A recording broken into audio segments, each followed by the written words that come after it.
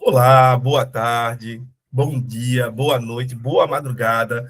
Eu sou Erison Silva e este é o nosso grupo de estudos de filosofia da moral e ética do Genefil, né?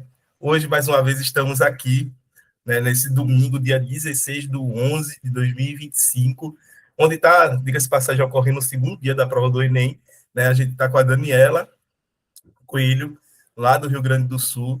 Estamos com a Laís, né, Oliveira, nossa querida Laís, aqui já de casa, e o meu querido amigo Radson, né, companheiro aí de várias leituras, de empreitadas aqui, a gente, né, enfrentando os mais difíceis e clássicos pensadores, né, e pensadoras, os problemas mais, como posso dizer, cabulosos, mais, né, difíceis da gente conseguir destrinchar, mas estamos aqui, né? Estamos na luta e a gente está reunido mais uma vez para dar continuidade à leitura coletiva, né? Debate e reflexão da crítica da razão prática do Kant, onde a gente já vai aqui no Teorema 4, né?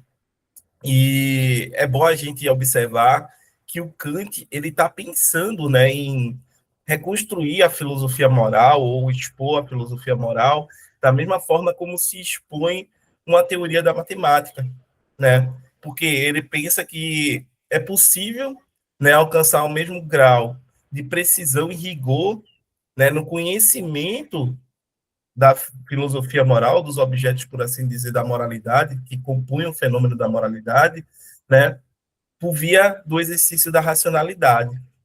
E é bem interessante porque o Kant ele chega em alguns momentos a dizer que, tipo, olha, quem discorda dele está sendo contraditório porque vai ter que utilizar a própria razão para refutar a razão, né? Então, é difícil, né? Porque, como todo grande pensador, né, ele tem, por assim dizer, uma estratégia argumentativa muito bem estabelecida que faz com que qualquer pessoa que tente refutá-lo, né, de uma forma apressada, de uma forma pouco cuidadosa, acabe, né, incorrendo em, vamos dizer assim, em problemas para si mesmo, né? Ah, mas Kant está errado, olha, beleza, ele pode até estar errado, mas, né, para demonstrar que ele está errado é um problema, é um desafio e tanto, né?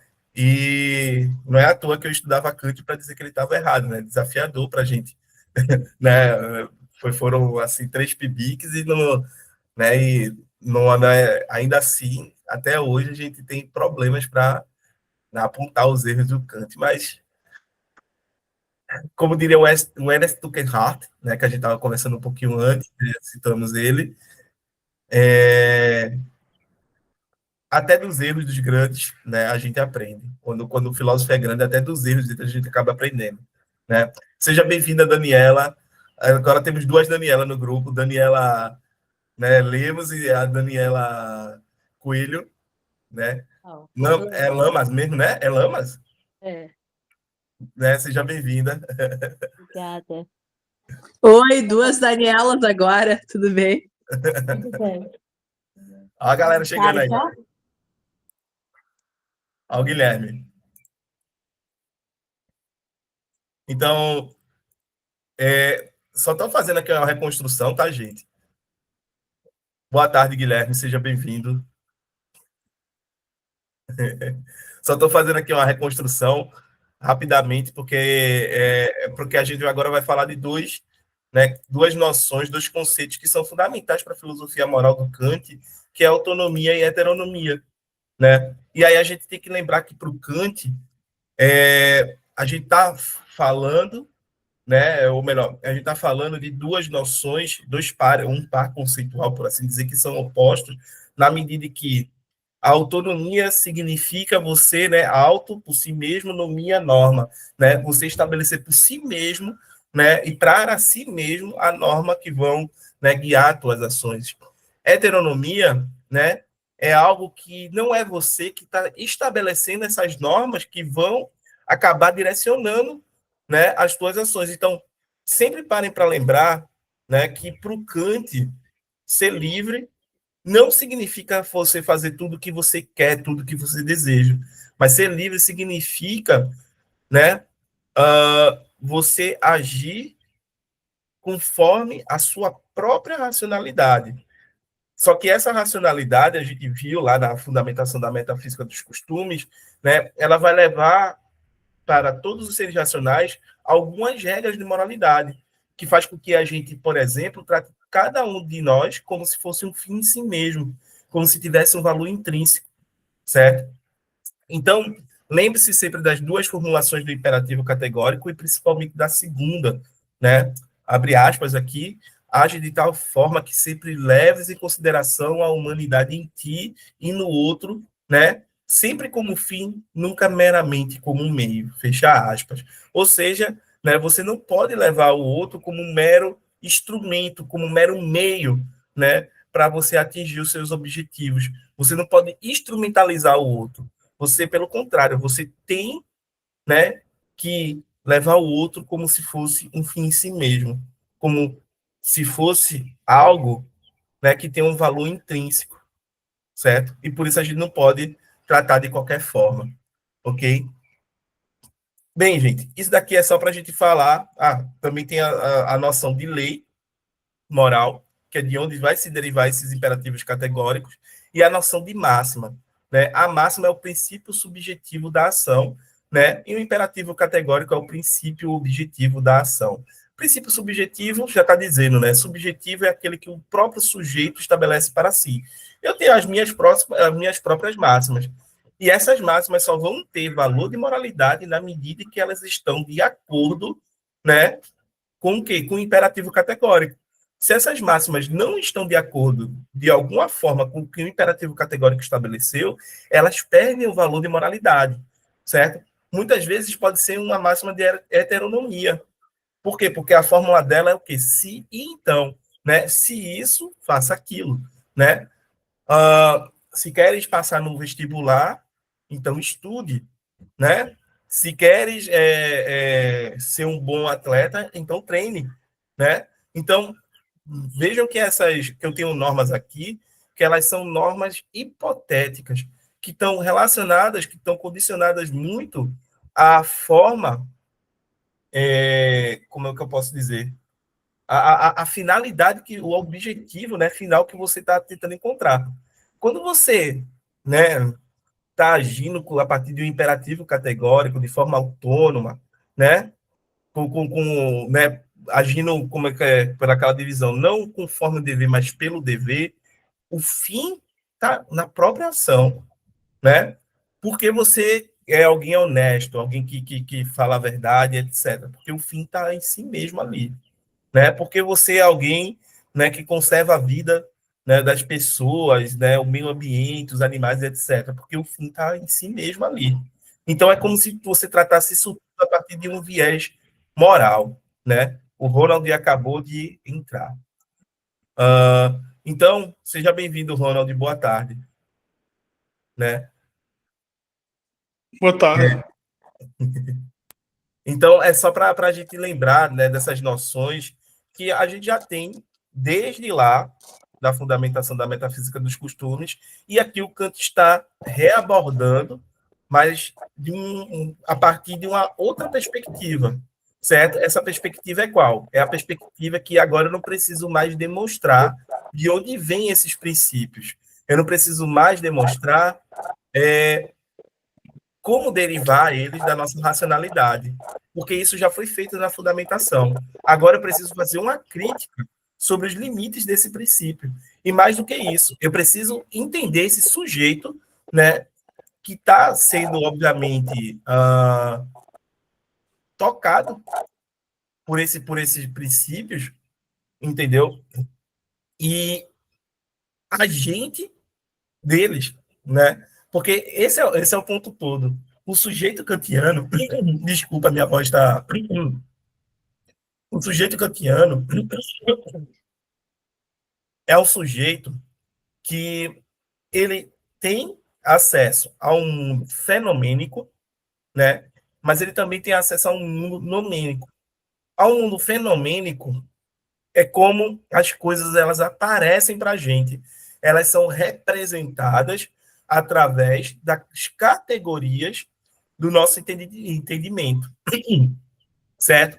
Já o mundo nomênico, a gente não teria acesso a ele diretamente. Por quê? Porque a gente não tem um acesso imediato, né? Um acesso direto aos próprios objetos. A gente só tem um acesso imediato, um acesso, certo? Que ele como é que eu posso dizer? Que ele é indireto, que ele é formatado sempre pelas nossas categorias de entendimento. Em outras palavras, eu não consigo saber, né, para usar uma terminologia da filosofia antiga, o que o que é a essência das coisas, o que é a natureza das coisas, né? Na terminologia do Kant, eu não tenho acesso à coisa em si, entendeu? A gente não tem um acesso direto. O que a gente tem acesso, certo, é como as coisas acabam se representando para nós através dessas categorias do entendimento. Ok, gente? Alguém tem alguma dúvida? Alguém gostaria de fazer alguma questão? Fazer alguma colocação, alguma observação? Tá de boa? Então vamos lá, vamos começar a dar uma olhada aqui nesse quarto teorema, certo? E aí, depois da lida, a gente faz um comentário sobre ele, né? Faz um debate, como a gente de costume, né, faz, ok? Teorema 4, a autonomia da vontade é o único princípio de todas as leis morais e dos deveres conforme a essas leis. Toda heteronomia do arbítrio, ao contrário, não somente não funda nenhuma obrigação, mas é, além disso, oposta ao princípio da obrigação e da moralidade da vontade.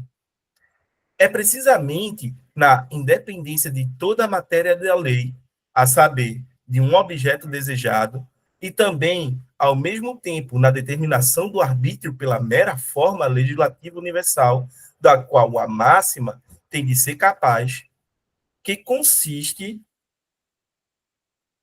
o único princípio da moralidade. Mas essa independência é a liberdade em sentido negativo. Ao passo que essa legislação própria da razão pura e, enquanto tal, prática, é a liberdade em sentido positivo. Portanto, a lei moral não exprime nada além do que a autonomia da razão prática pura, isto é, a liberdade. E esta autonomia é, ela própria, a condição formal de todas as máximas, unicamente sobre a qual elas podem entrar em consonância com a lei prática suprema. Se, portanto, a matéria do querer, que não pode ser nada senão o objeto de um desejo que se liga à lei, é introduzido na lei prática como condição de possibilidade desta, então resulta disso a heteronomia do arbítrio, a saber, a dependência da lei natural de seguir algum impulso ou inclinação. E a vontade não dá a si mesma a lei, mas apenas o preceito para um cumprimento racional de leis patológicas. Mas a máxima que, de tal maneira, nunca pode conter em si a forma universal legislativa, dessa maneira, não apenas não institui nenhuma obrigação, mas é ela própria oposta ao princípio de uma razão prática pura. Por isso, portanto, oposta à intenção moral. Embora a ação que dela se origina devesse ser conforme a lei.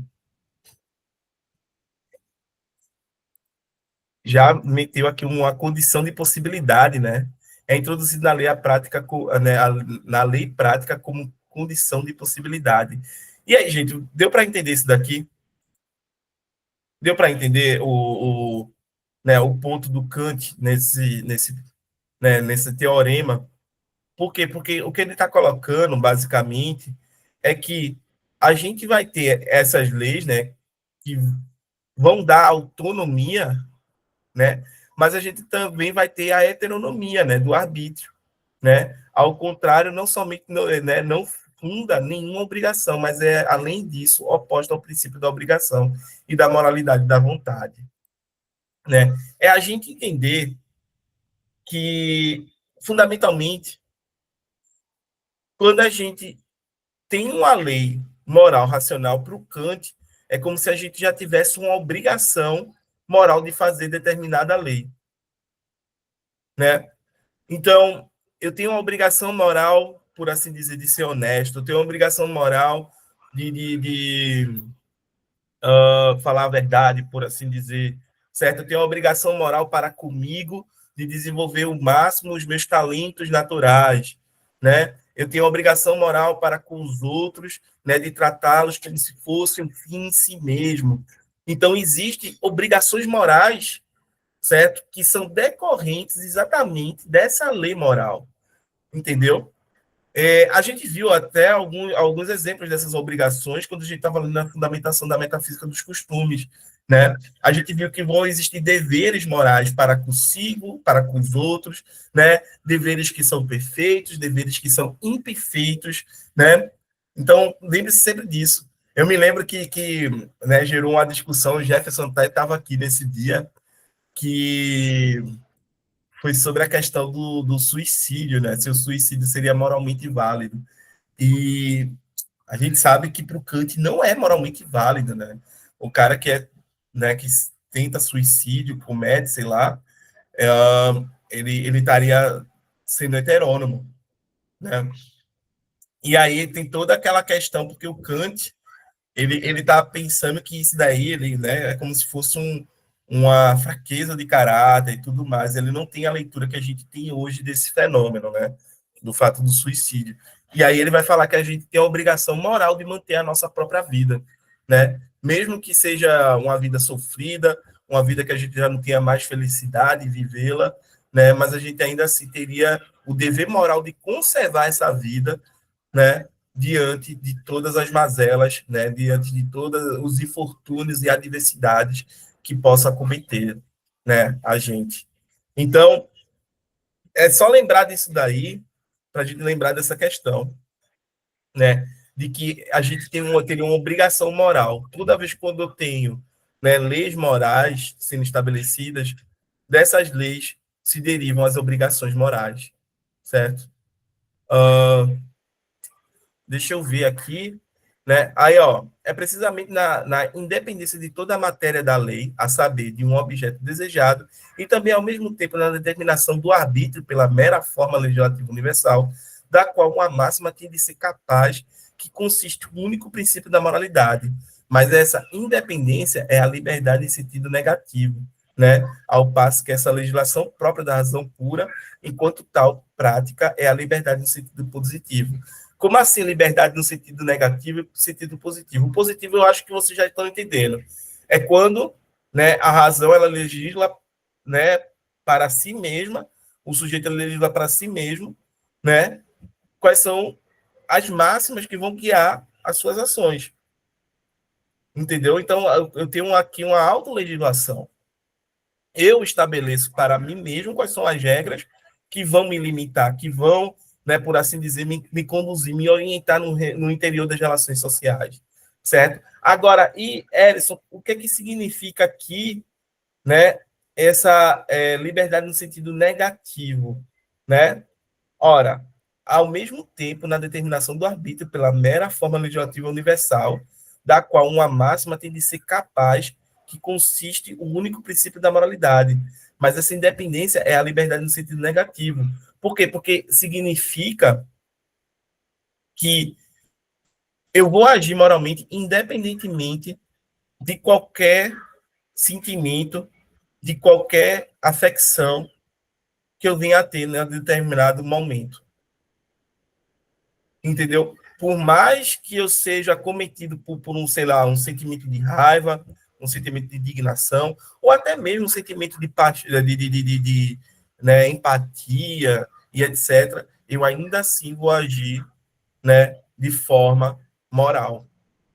Então, olha como Kant é, né? Isso daqui pode ser um sentido negativo da liberdade.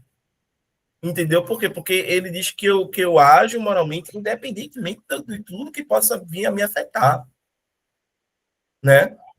Independente de tudo que possa vir a me afetar. Certo? Temos uma parte aqui. Deixa eu dar uma olhada. Die Freiheit, né, na edição original, consta da liberdade. Ok. Era só para dar uma olhada nessa nota de rodapé aqui.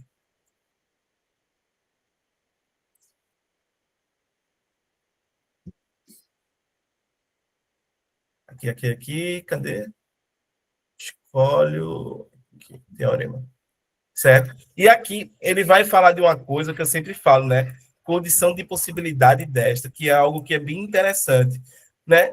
Se, portanto, a matéria do querer, que não pode ser nada senão o objeto de um desejo que se liga à lei, é introduzida na lei prática como condição de possibilidade desta, né? Condição de possibilidade da lei moral. Em termos, resulta disso a heteronomia do arbítrio, a saber, a dependência da lei natural de seguir algum impulso ou inclinação. Esse é o ponto. Toda vez quando eu estou seguindo algum impulso ou inclinação, é heteronomia. Né? Toda vez quando eu sigo isso, eu estou sendo heterônomo. Entendeu? Emerson, então significa que para Kant, para eu agir moralmente, eu tenho que agir de forma puramente racional? Por aí. E aí, galera, gostaria de fazer algum comentário? Ronald, Daniela Lamas, Daniela... Eita, tenho que me acostumar com o nome das duas Daniela agora. Daniela... Coelho. Hudson, Eu sou Daniela Coelho. A Laís, eu acho que caiu ou saiu, não sei. Eu acho que ela caiu aí. Ah, tá, eu sou Daniela Coelho Flores. Coelho. Algum comentário até aqui? O comentário não se encaixa muito ao que foi visto até aqui, mas mais pra frente eu poderia falar aqui algumas coisas desse livro aqui que eu te falei daí. Sim. É que, assim, esse é um livro de um repórter, né? E aí, muitas Não é repórter, é jornalista. Jornalista, isso. E aí, muitas vezes, a galera fala que tem uma disparidade de interpretação, né, entre o que o cara, como posso dizer, entre o que ele entendeu e o que acadêmicos entendem do que está sendo posto, entendeu? Mas ele é acadêmico também, ele é doutor. Ele é acadêmico também? Ele é doutor em ciências da comunicação. Ciência da comunicação, interessante. Pela USP, sim. Eu sou acadêmica também, eu me formei em jornalismo e eu fiz pós-graduação na PUC, online em neurociências e comportamento. Massa. Uhum. Que massa. É que nem o I.F. Stone, né, que ele escreveu aquele julgamento de Sócrates. Aí, os jornalistas aí estão em peso. Em relação ao I.F. Stone, eu não sei muita coisa sobre ele, né, se ele tem formação em filosofia. Só que uma vez eu fiz um comentário a respeito eu coloquei essa obra no meu PIBIC, né? A professora não gostou muito, não. Ela disse que ele via de uma maneira diferente, né, a questão do julgamento do Sócrates lá. E eu fiquei assim, com uma pulga atrás da orelha, como a gente costuma dizer, né. Mas assim, eu tenho essa obra aqui, infelizmente ainda não tive tempo de ler ela para poder dizer, né, se está de acordo ou não com aquilo que eu já li, né, do que o Platão relata sobre o Sócrates. Mas é interessante, os jornalistas aí eles gostam de filosofia, isso é legal. Sim, o Augusto Cury o livro recente que eu li dele, que é de 2017, ele fala sobre o julgamento do Sócrates, sim. Ele fala sobre que tentaram até aliviar a pena do Sócrates, mas o Sócrates manteve até o fim, ele não negou suas ideias, né, e ele manteve ele tinha aquela filosofia de que ele poderia ser morto, mas ele tinha que ter o direito de ter uma ideia, entende? As ideias dele. Mas tá vários aliados já, vários amigos dele, aliados e alunos dele tentaram aliviar a pena dele, mas ele não quis, ele foi irrefutável. Sim, eu já li algumas obras do Augusto Cury, eu acredito que os personagens que ele criou, acho que ele teve uma forte influência ali de Platão, né, em relação a Sócrates. Tem um personagem chamado Falcão e Marco Polo. O Falcão, ele é mendigo, né, assim, mas só que ele é um cara, um poeta da vida, né, ele vê a vida de uma maneira diferente, bem filosófico, é bem interessante, eu já li algumas obras dele. E Edson, só uma coisa do texto que a gente leu, eu estava aqui pensando, né, porque, no caso, o Kant está falando da autonomia, né, que é o agir de acordo com a lei, né, de acordo com uma lei moral, né, uma autolegislação, e essa heteronomia aí que ela determina o agir por meio do desejo, da inclinação, esse tipo de coisa, né, que ele fala da matéria do querer, né. Aí ele diz que essa heteronomia, ela representa uma liberdade negativa, né, enquanto a outra positiva. É como se ele quisesse dizer, acho que como se ele quisesse dizer, a heteronomia é uma liberdade que você tem uma falsa, né, impressão, né, das coisas, mas não é verdadeira, né, mas a verdadeira mesmo é a autonomia e tal. Só que a minha dúvida é, embora ele coloque a heteronomia como sendo uma liberdade negativa, mas, e a autonomia como positiva, aí eu estava querendo saber se, mesmo assim, tem situações que ele chega a considerar essa heteronomia como, né, como sendo válida, porque, ou ele só está colocando aqui para dizer, não, a gente tem que dar prioridade para a autonomia, que é essa que ela determina a ação, o agir humano de acordo com a razão. Só estou falando aqui da heteronomia para você ficar ciente de que ela existe, mas só que não é para dar ouvidos para ela, é mais ou menos assim. É porque muitas vezes, e isso é muito, muito bem colocado da tua parte, Adson, muitas vezes a gente acaba confundindo as ações, no sentido de a gente ter ações que têm, por assim dizer, aparência de moralidade, mas não são morais, né? Eu me lembro que quando a gente estava lá na fundamentação da metafísica dos costumes, a gente falava, por exemplo, lá no exemplo do vendedor, que ele vendia ao mesmo preço para pessoas que eram, né, compradoras já antigas e para uma criança, né, que poderia ser facilmente ali enganada, facilmente enrolada. Então ele vendia no preço justo tanto para, né, pessoas que já sabiam o preço da mercadoria e também para crianças que não sabiam, não tinham noção de quanto aquilo custava, né? E aí se perguntava se a ação dele era uma ação moral ou não, né? E aí o Kant ele vai falar lá que se o vendedor, né, ele faz aquilo porque é o correto a fazer, essa ação é moral. Mas se ele faz aquilo por conta, né, de tentar manter a boa reputação, né, de que é um vendedor honesto, de que é uma pessoa idônea, por assim dizer, então ele não está fazendo porque é correto, ele está fazendo pela boa fama, pela boa reputação. Entendeu? Então, é aquela coisa, é uma ação que ela tem aparência de moralidade, mas ela não é moral em si. Entende?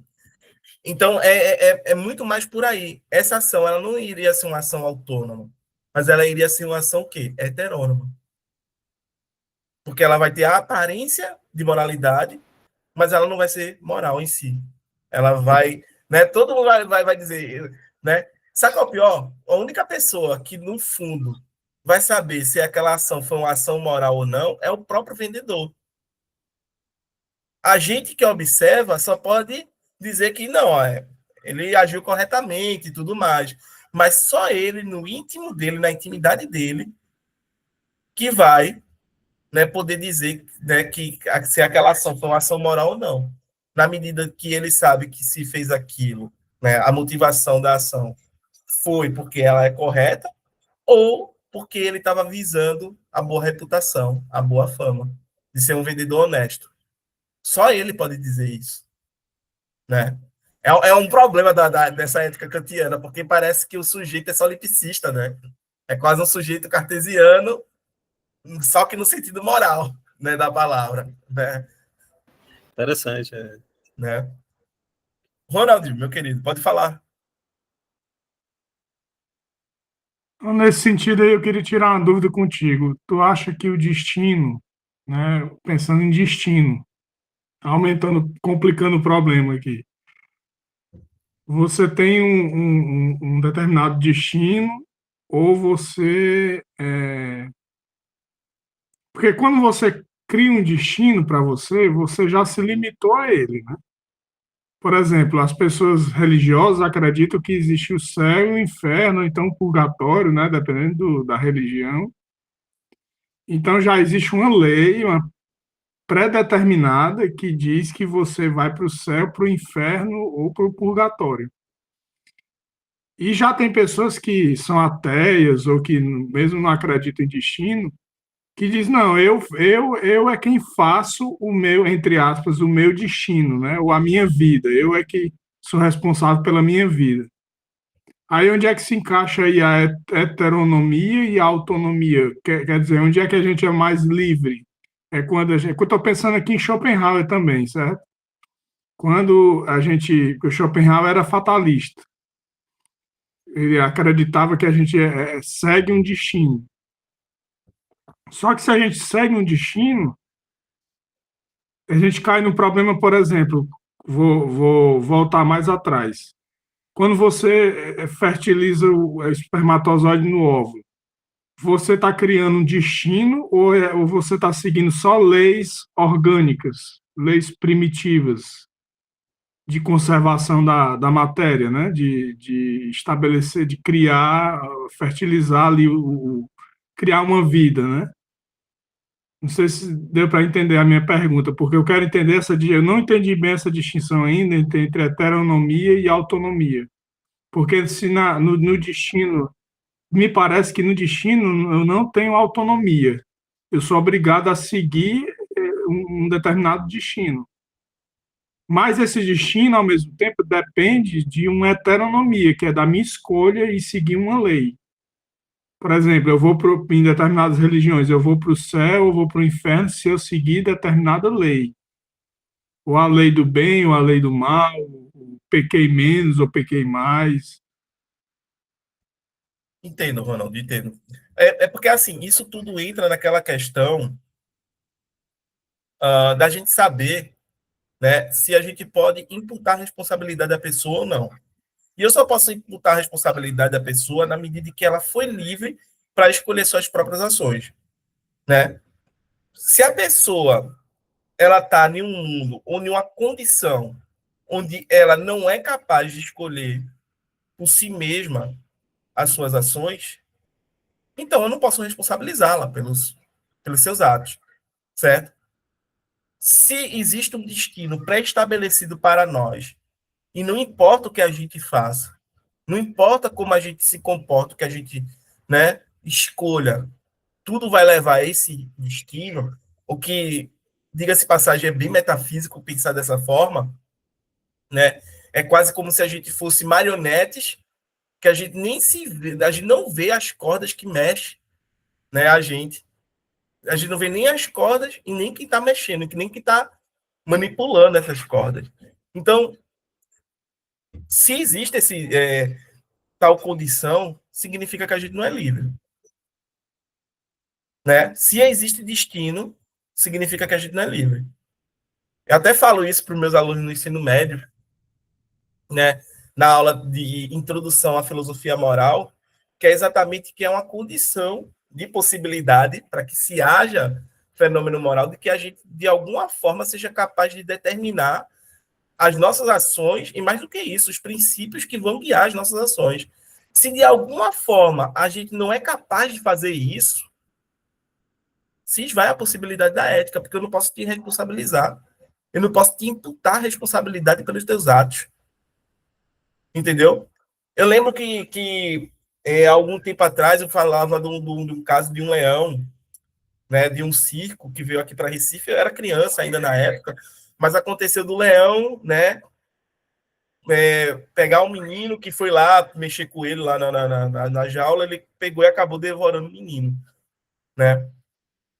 E na época houve uma discussão enorme, né, de quem era a culpa por aquilo. Se era dos pais dos meninos que não prestaram atenção e não deixaram o menino se aproximar da jaula do leão, se era do cuidador do leão que não cuidou direito, não alimentou direito e fez com que, né, deixou o leão ali em uma condição que ele estava, né, de caça, ou se era do dono do circo que não tinha, entendeu, atentado para aquelas condições que estavam ali de segurança e permitiu a possibilidade de alguém se aproximar da jaula do leão.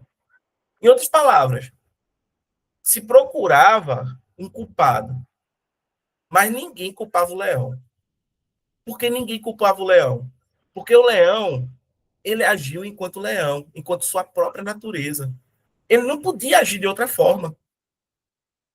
Ele não era livre para escolher fazer diferente, em outras palavras. Entendeu? Ele não era livre, ele agiu enquanto o animal que ele é, enquanto seus próprios instintos. Certo? E aí a gente não pode imputar a responsabilidade a ele por ele agir como ele é. A gente tem que imputar a responsabilidade a outros que poderiam ter evitado tal fato. Entendeu? Que poderiam ter feito algo para evitar, mas não o fizeram. E acabou que acabou nessa, né, vamos dizer assim, nessa tragédia. Né? Então, é isso que a gente tem que colocar aqui. É isso que a gente tem que raciocinar, que a liberdade é condição de possibilidade para que se haja o fenômeno da moralidade. Sem liberdade, sem autonomia, né, nos termos kantianos, a gente não pode ter moralidade. Certo? E o que é que significa autonomia? Né? Auto, si mesmo, nomia norma. É você produzir, criar para si mesmo as suas próprias regras. Mas assim, eu vou criar conforme meus desejos. Não, você vai criar conforme a sua racionalidade. Porque o que há de comum entre eu, você, Radisson, a Daniela Lamas, a Daniela Coelho, o Guilherme e a Laís? O que é que tem de comum entre todos nós? O fato de que todos nós somos seres racionais. Esse é o ponto. Todo mundo aqui é racional. Se todo mundo é racional, então a gente pode chegar na mesma conclusão racional sobre a moralidade. É essa a aposta de Kant. É essa a colocação do Kant. Entender que todo mundo, por ser racional, tem, a capacidade de determinar suas próprias ações, né? De determinar sua vontade, e 2, tem a capacidade de legislar para si mesmo as próprias normas, né? A partir dessa racionalidade. Esse é o ponto do Kant. Toda vez quando eu esqueço a minha racionalidade e acabo guiando minhas ações, seja por um desejo, seja por um instinto, né? Seja pelas condições adversas do mundo ali, né? Ocasionais que podem vir a acontecer, eu não estou sendo mais autônomo, eu estou sendo heterônomo. Porque o que determina minhas ações é algo diferente do que eu sou. Porque, por excelência, eu sou um sujeito racional. Eu sou, né, um ser racional. Entende, Ronald? Pois é, a única coisa que eu não entendo é que essa contraposição entre leis, vamos dizer, primitivas, leis do organismo humano, e leis que são cósmicas, vamos dizer assim, né? Porque todo mundo está destinado a morrer. Isso não é uma fatalidade, é uma constatação, né? Todo mundo está sujeito a morrer. Então, nesse sentido, já é uma lei, né? Todo mundo vai morrer. Só que a gente está falando numa destinação, por exemplo. Tem pessoas que estão destinadas a serem mais bem-sucedidas do que as outras. Existe isso ou existe a lei que eu crio para ser mais bem-sucedido? Esse é o meu ponto, né? Porque tem pessoas que escolhem a lei que elas querem e determinam a sua vida a partir dessa lei. Por exemplo, eu vou ser uma pessoa alegre, ou eu vou ser uma pessoa triste, ou eu vou ser uma pessoa que me socializo mais com as pessoas, ou não, eu procuro me socializar menos, eu não estou nem aí com as outras pessoas. Então você acaba criando uma pluralidade de leis para você mesmo, entendeu? Não é uma lei única. Por isso que eu acho que essa heteronomia ela tem menos a ver com o destino do que a autonomia, porque a autonomia dá a ideia de que eu tenho liberdade e por isso eu posso criar o meu destino. Não sei se está complicando o que eu estou tentando dizer, mas É porque, assim, quando você cria o seu destino, tu não tem algo pré-determinado na sua existência que já define o que você vem a ser. O seu destino está nas suas mãos. O seu destino é consequência das suas escolhas, né? Dá até para ser um pouco satriano aí, né? Dá até para ser um pouco existencialista, no sentido de que, tipo, né, a gente é, né, a consequência das nossas escolhas, entendeu? e o Heidegger dizia que nós estamos jogados no mundo, né? Ele A dizia, gente é um, né, a gente é um ser lançado no mundo, é um ser aí, né? O Heidegger. Mas o ponto todo, eu acho que aqui é o seguinte, né? A heteronomia é algo diferente do que eu sou. E se existe um destino que antecede até mesmo a minha existência, já traçado para mim, então eu estou sendo heterônomo. Então tudo isso é heteronomia. O destino é algo diferente do que eu sou. Agora, se eu faço o meu próprio destino, aí é autonomia. Porque é consequência das minhas escolhas, daquilo que escolhi vir a ser. Entendeu? Hudson. Eu acredito que o Kant ele está bem ciente dos diversos tipos de leis que existem, seja elas quais forem, né? Leis da natureza, o ser humano ele vai nascer e vai morrer, né? Uns com poucas idades, outros com mais, mas enfim, a morte vai chegar para todo mundo. Eu acho que ele sabe disso. Mas eu não vejo assim que é preocupação dele lidar com a questão do destino do ser humano, né? Assim, eu acho que o que ele quer saber é se o indivíduo que está em uma determinada sociedade, comunidade, né, se ele está que faz parte de uma determinada comunidade, eu acho que o que ele quer saber é como é que esse indivíduo se comporta, o que que orienta o agir dele na sociedade. Será se ele age preocupado com leis que vêm dos 10 mandamentos, leis que vêm que vêm de Deus, as leis de Deus que regem o comportamento dele na sociedade, ou existem outros tipos de leis que ele pode seguir, independentemente da lei divina, né? Se existe alguma, ou se ele é capaz de se de determinar para si mesmo uma lei com base na razão que vai orientar o comportamento dele na sociedade. Eu acho que é mais ou menos aí, porque a ética, ela não é uma ética individual, ela é uma ética, ela é coletiva, né? O indivíduo que está na sociedade. Eu acho que a visão do Kant é mais isso, né? Do indivíduo que está ali pertencente a um grupo social. Então, então o comportamento dele nesse grupo vai ser determinado,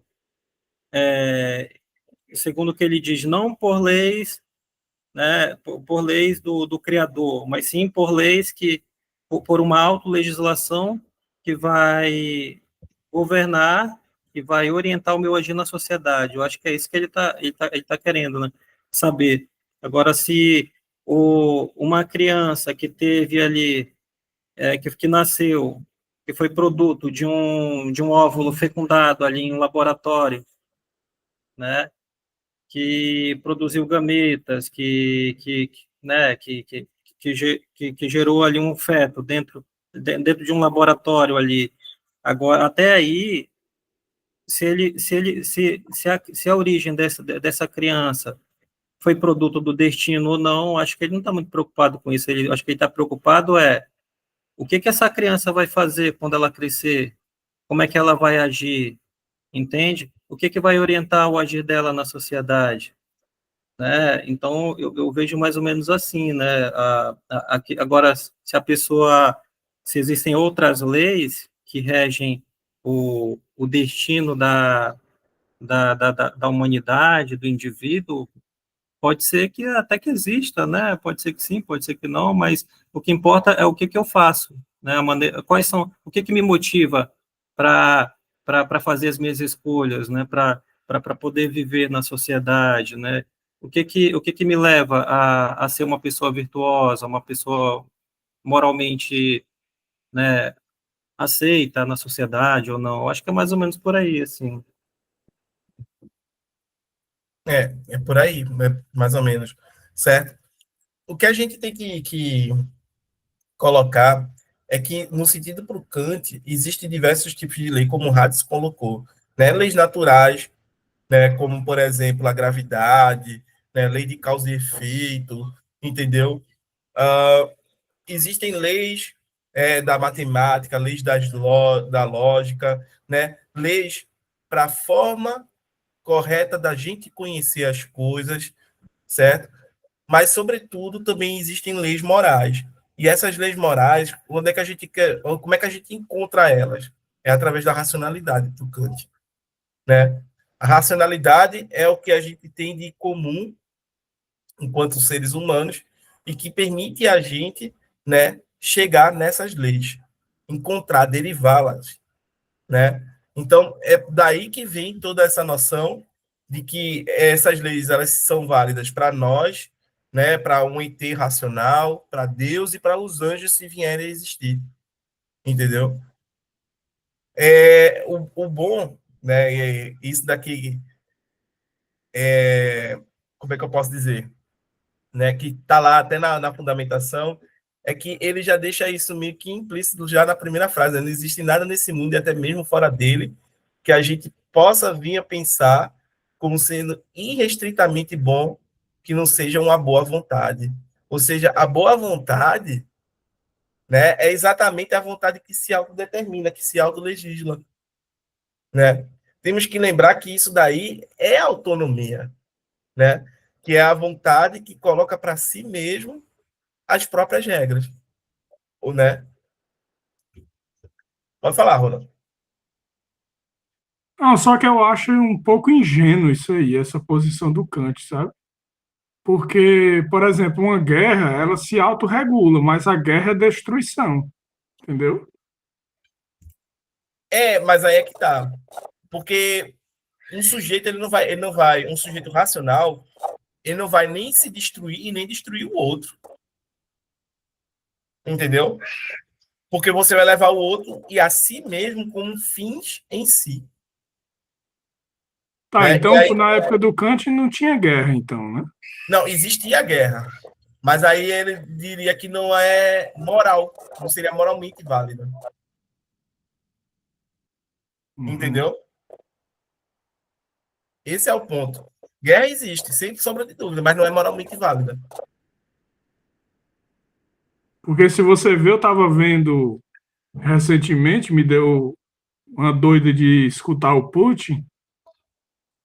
Aí, mesmo no meu inglês ruim, eu tentei escutar, né? Tentei ver o que é que ele pensa. Que a gente fala assim, o ditador e tudo, mas nunca vê o que é que o cara pensa realmente.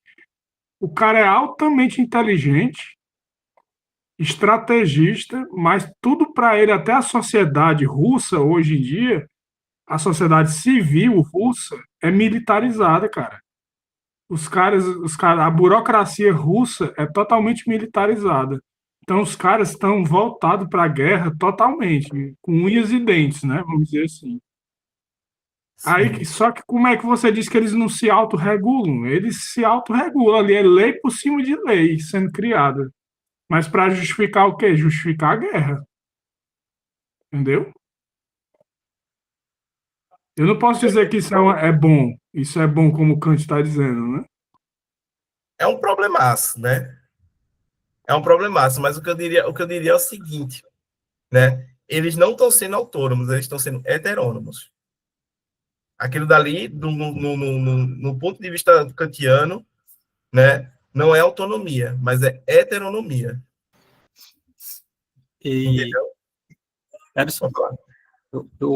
eu acho que essas questões que o Ronald está trazendo, acho que elas são muito relevantes, assim, mas assim, mas que não são objetos de estudo do Kant, no seguinte sentido. Por exemplo, talvez a questão do destino, da liberdade, tenha a ver um pouco com Sartre, né? Sartre talvez trabalhe um pouco disso, que ele é um autor existencialista. Agora, a questão da guerra, há leis que movem o soldado que vai para a guerra, mas não é uma lei moral. Sabia que no Brasil existe uma única situação que é válido a pena de morte? Digamos que o Brasil entre guerra com qualquer outro país. Chega lá o camarada lá, um sargento na tua porta lá, do exército, e diz assim, você foi convocado para a guerra. Vai dizer não para ele, para tu ver. Tá entendendo? Se você disser não, meu amigo, ou você é traidor da pátria, ou alguma coisa do tipo, ou você vai preso, ou você vai morrer, alguma coisa vai acontecer com você, pode ter certeza disso. Agora, agora ali a pessoa está obedecendo leis do Estado que está te obrigando a ir para a guerra, entendeu? Ali já é outra coisa. Agora, a questão da moralidade, ela tem a ver com uma situação comum, normal, acho que fora da guerra, entendeu? Com pessoas conversando, dialogando, né? Tá,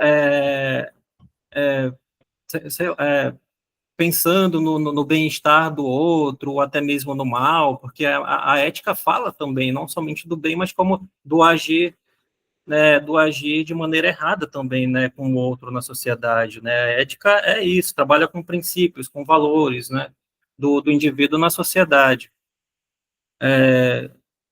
Agora, a guerra já é outra questão, né? É um assunto muito interessante, mas não é objeto, não vejo como objeto de estudos do autor que a gente está lendo, que a gente está debatendo aqui, né? Já é uma outra situação, é um assunto interessante para um outro contexto, outro momento, né? Eu vejo assim.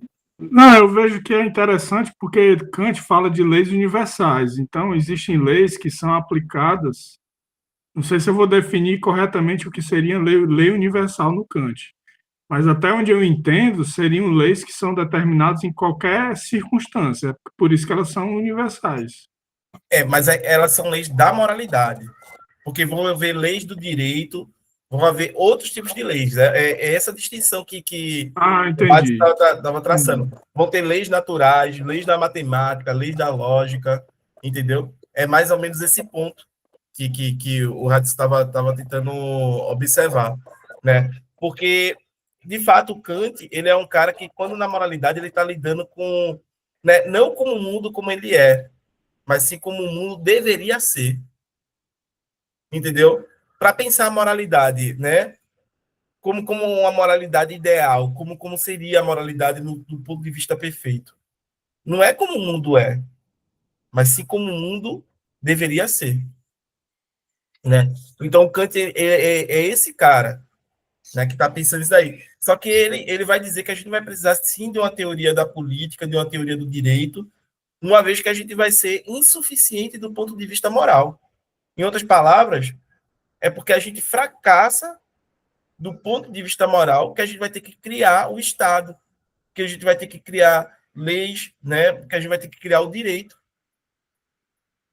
Porque se a gente fosse suficiente do ponto de vista moral, todos os conflitos e divergências seriam resolvidos dentro do campo da moralidade.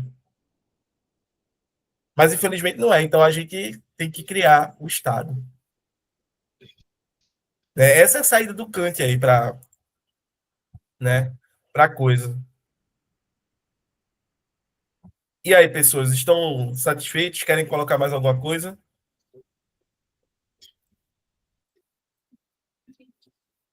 De boa?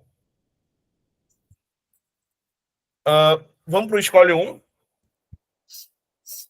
Vamos lá. Queres ler, Hades? Quer que eu leia? Posso ler, posso ler. Vamos lá, então. Um preceito prático que traga consigo uma condição material, por conseguinte, empírica, nunca pode ser contado, portanto, como uma lei prática, pois a lei da vontade pura, que é livre, coloca essa vontade em uma esfera totalmente diferente da esfera empírica, e a necessidade que a lei exprime, visto que não deve ser uma necessidade natural, só pode consistir, portanto, em condições formais da possibilidade de uma lei em geral. Toda a matéria de regras práticas repousa sempre em condições subjetivas, que não lhe conferem nenhuma universalidade para seres racionais, a não ser uma universalidade simplesmente condicionada.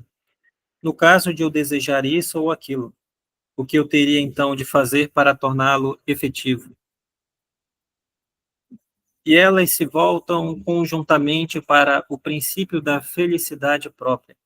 Ora, é certamente inegável que todo querer tem de possuir também um objeto e, portanto, uma matéria. Mas esta nem por isso é o fundamento de determinação e a condição da máxima, pois se ela o é, então a máxima não se deixa apresentar em uma forma universalmente legislativa, porque nesse caso a causa determinante do arbítrio seria a expectativa pela existência do objeto e, como fundamento para o querer, teria de ser colocada a dependência da faculdade de desejar com relação à existência de uma coisa qualquer, a qual pode ser procurada apenas em condições empíricas e, por isso, nunca pode fornecer o fundamento para uma regra necessária e universal. Assim, a felicidade dos outros seres poderá ser o objeto da vontade de um ser racional, mas se essa felicidade fosse o fundamento de determinação da máxima, então teríamos de pressupor que não apenas encontramos um deleite natural no bem-estar dos outros, mas também que carecemos dele, assim como ocorre entre os homens no modo de sentir simpatia. Mas não posso pressupor essa carência em todo ser racional, em Deus, de modo algum. Portanto, a matéria da máxima pode certamente permanecer, mas ela não pode ser a sua condição, pois senão a máxima não seria apta à lei. Logo, a mera forma de uma lei que restringe a matéria tem de ser ao mesmo tempo um fundamento para acrescentar essa matéria à vontade, mas não para pressupô-la. Seja a matéria, por exemplo, a minha própria felicidade. Se eu atribuo a felicidade a cada um, como de fato me é permitido fazer no caso dos seres finitos, ela pode se tornar uma lei prática objetiva apenas se eu incluir nela a felicidade dos outros. Portanto, a lei de promover a felicidade dos outros não se origina a partir da pressuposição de que esta seja o objeto do arbítrio de cada um, mas simplesmente porque a forma da universalidade que a razão demanda, enquanto condição, para dar a uma máxima do amor de si mesmo a validade objetiva de uma lei, torna-se o fundamento de determinação da vontade e, portanto, o fundamento de determinação da vontade pura não era o objeto, a felicidade de outro, mas antes unicamente a mera forma legal, pela qual eu restringi a minha máxima fundada na inclinação, para lhe conferir a universalidade de uma lei e torná-la assim adequada à razão prática pura, restrição a partir da qual unicamente, e não a partir do acréscimo de um móvel externo, pôde se originar o conceito da obrigação de ampliar a máxima do meu amor por mim mesmo, também a felicidade dos outros.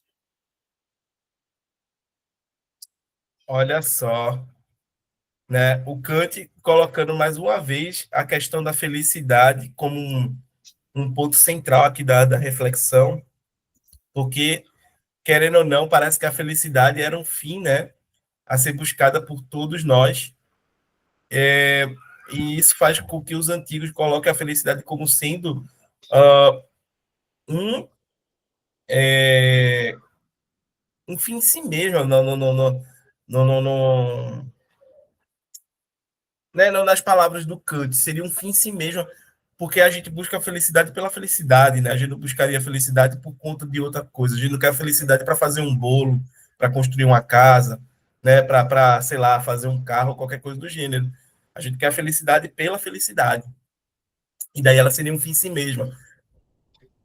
Só que o ponto central da ética kantiana não é a felicidade. E é isso que ele está colocando aqui, né? Eu tenho uma frase que se atribui ao Kant, eu não sei se é dele, mas se diz que a finalidade da ética não é nos fazer felizes, mas sim nos fazer dignos da felicidade, né? Então, a finalidade da ética, da moralidade, não é que a gente alcance a felicidade, como queriam os antigos, né? Como queria Platão e Aristóteles, por exemplo, né? Mas sim que a gente seja digno de ser feliz. E aí é bom que ele coloca aqui algumas coisas, porque parece que a felicidade dá dentro, né? Dentro da esfera da empiria, dá dentro da esfera da nossa sensibilidade, por assim dizer, né? E por estar dentro da esfera da nossa sensibilidade, ela se torna algo que não é da autonomia, mas ela se torna algo que é, né, da heteronomia, né? E aí é que tá, quando o Kant ele coloca aqui, por exemplo, né, que cadê? Tem uma parte, porque isso aqui não vai chegar na universalidade, né? Mas tá aqui, ó. Toda matéria de regras práticas repousa sempre em condições subjetivas, que não lhes conferem nenhuma universalidade para serem racionais, a não ser uma universalidade simplesmente condicionada. No caso de eu desejar isso ou aquilo, o que eu teria então de fazer para torná-lo efetivo? E elas se voltam conjuntamente para o princípio da felicidade própria. Então, é como se tudo que eu fizesse fosse no fim para ser feliz, né? Ora, é certamente inegável que todo querer tem de possuir também um objeto e, portanto, uma matéria, mas esta nem por isso é o fundamento da determinação e condição da máxima, né?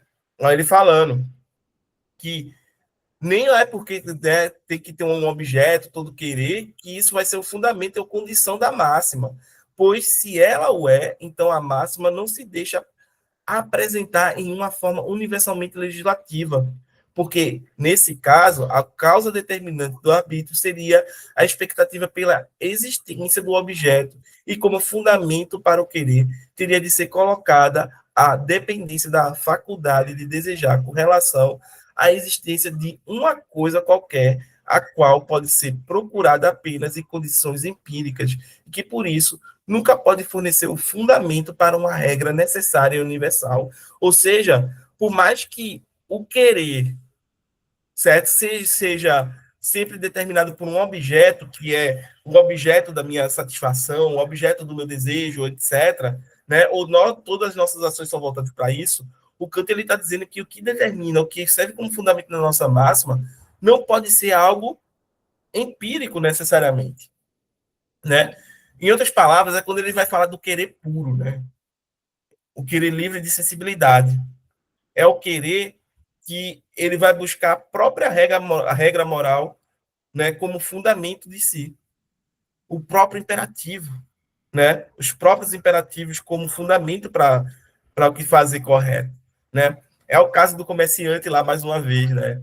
Que o cara ele vai vender honestamente porque é correto vender honestamente e não, né, tirar vantagem de um comprador que não tem, né, condições de saber o preço é, justo de determinados produtos, de determinados objetos que ele está vendendo.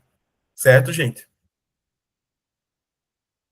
Aí aqui, né? Assim, a felicidade dos outros seres serem o objeto da vontade do ser racional, né? Mas se essa felicidade fosse o fundamento da determinação da máxima, então teríamos de pressupor que não apenas encontramos um deleite natural no bem-estar dos outros, mas também que carecemos dele, assim como ocorre entre os homens no modo de sentir simpatia. Poxa, aqui seria massa a Laís, eu não sei para onde ela foi, mas seria massa porque tem essa parte aqui de simpatia, disposição para simpatizar, né? Para simpatia, índole simpática, tá aqui.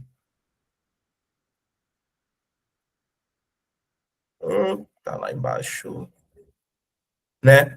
Por que eu tô falando que seria massa aqui a Laís? Porque ela fala da questão dos outros seres, né? Dos seres como os animais e tudo mais. E a felicidade deles, a gente tem ou não obrigação moral, por exemplo, com o bem-estar desses outros seres. Então a gente tem que parar aqui para, né, para refletir mesmo. Desculpem, para refletir, no sentido de que a gente tem obrigação moral com seres que não são racionais. A gente teria essa obrigação moral? Ao que tudo indica, a gente teria, sabe por quê? Porque a gente, por exemplo, a gente teria obrigação moral com um bebê, né? Que ainda ele ainda não desenvolveu as suas potencialidades, né, cognitivas, físicas e etc, né? E que ele ainda não é um sujeito que pode agir moralmente, mas ele tem ali em potencialidade essa condição.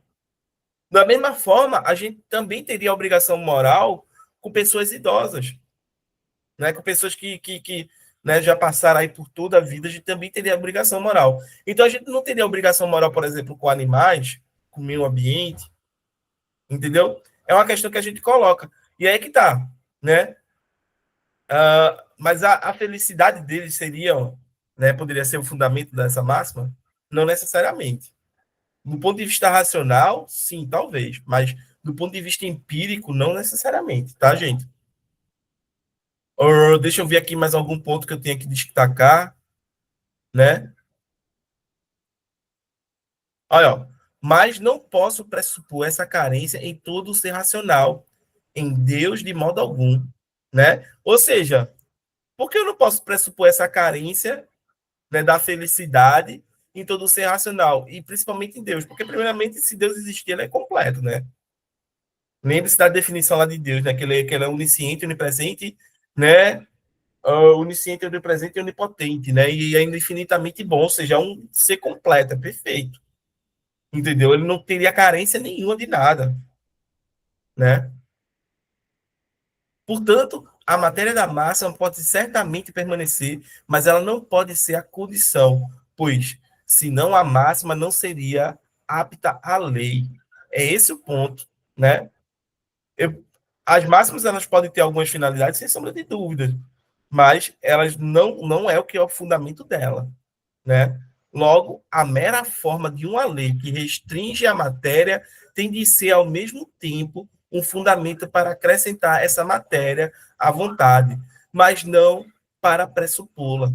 Seja a matéria, por exemplo, a minha própria felicidade, né?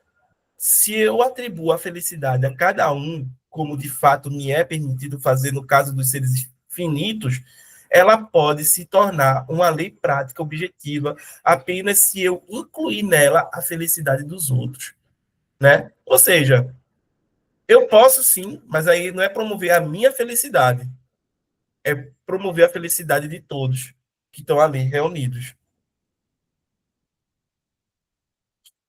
Beleza? Tá dando para entender isso aqui, gente? Que aí ele vai tentar contornar a ideia de lei, né? Fazendo uma moral prática. Acredito que o ponto central seja a ideia de felicidade mesmo, Ronaldo, né? Porque isso daqui é um incômodo para o Kant, né, em certa medida. Porque ele a felicidade não seria um objetivo da moralidade. Mas aqui o que ele está colocando? Ele está colocando que a felicidade pode sim vir ali no máxima, mas não a minha felicidade em particular, e sim a felicidade de todos, inclusive a minha. Entendeu? Não, o que eu quis dizer é que, no caso, a felicidade dos outros seria um substituto de uma lei que abrange os outros também. Que a felicidade, não sei se tem a ver com a moral, né? A felicidade. Mas seria como é que ele diz aí? Ele disse um sentimento, foi a palavra que você pediu para Não, seria uma Laís ver? máxima, uma máxima. Uma máxima Não, que é aquela a palavra regra subjetiva da ação. que você queria que a Laís visse, qual foi mesmo? Não, ali já foi outra pegada. Ah, Era já é se a outra gente tem coisa, né? responsabilidade com outros seres que não são seres racionais, entendeu? Ah, entendi. Ali já foi outra pegada, já foi outra coisa, né? Aqui, portanto, a lei de promover a felicidade dos outros, né, não se origina a partir da pressuposição de que esta seja o objeto do arbítrio de cada um, mas simplesmente porque a forma da universalidade que a razão demanda enquanto condição para dar a máxima do amor de si mesmo, a validade objetiva de uma lei, torna-se o fundamento de determinação da vontade, certo?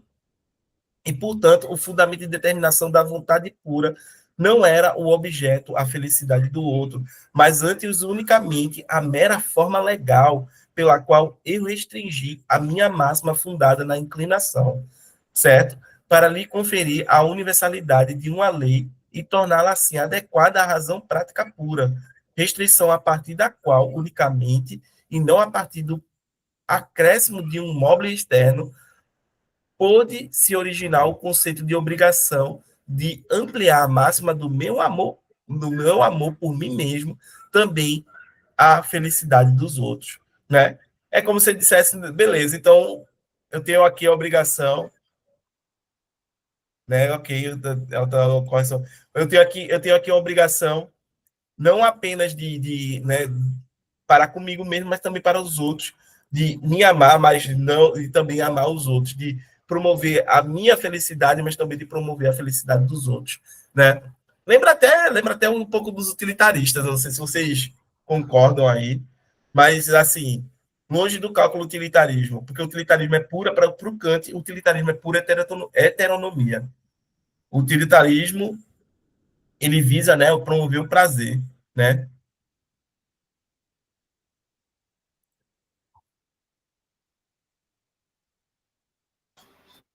Vou ter que sair, irmãozinho, tá bom? Aí no próximo domingo a gente tá Beleza, reunido Ades, de novo beleza. A aí, tá gente bom? continua. Eu acho que eu só vou continuar aqui essa escola e daqui a pouco a gente deve estar encerrando.